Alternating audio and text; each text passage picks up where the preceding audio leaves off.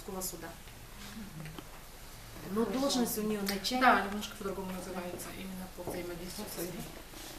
Это отдел, да, это специалист? Да, а так называется начальник организационно-правового отдела, и одним из задач является по взаимодействию с людьми. Ну, в народе, наверное, пресс-секретарь. Легче, Да. Да. Ну, мне кажется, вообще в России, да, статус пресс-секретаря, конечно, он выше, чем начальник отдела.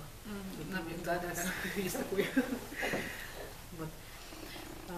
Варвара Васильевна, я хочу вам представить наших журналистов. Это вот здесь вот у нас фактически пул аккредитованных журналистов в нашем списке. Сусанна Даниловна Рожина, это у нас НВК Саханова сайт, кроме того, Светия, да?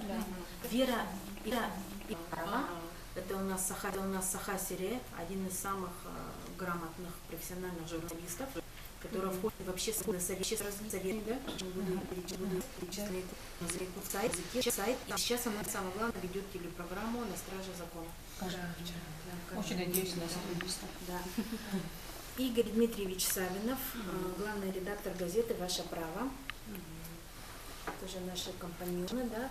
И Оксана, отчество? Оксана Николаевна, она представляет ХССГХ, это ВГТРК радио, с которым мы тоже тесно сотрудничаем, конкретно с Кирой Гавриловной Куриловой. Они нам и запросы отправляют, в общем, с каждым годом как-то у нас все больше и больше. В прошлом году у нас вообще очень хорошо, тесно сотрудничали. Алина Владимировна Никифорова, это у нас да? И дневники, блокнот уже все продали же, да, блокнот? Даже сама не знаю. Они все говорят разные фамилии, и я тоже уже боюсь даже говорить кому. Это у нас один из, Айталина Владимировна у нас, можно сказать, что она проводит общественную экспертизу судебных актов.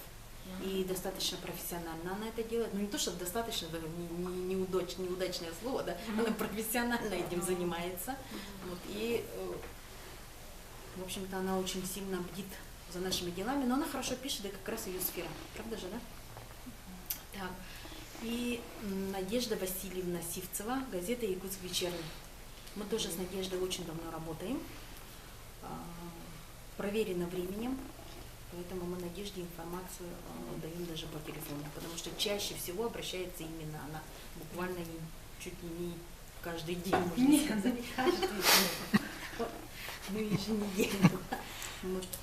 Марина Николаевна Василевская, именно по таким именем она печатается, девичья фамилия, но Марина Николаевна Ставценко, бывший начальник юридического отдела.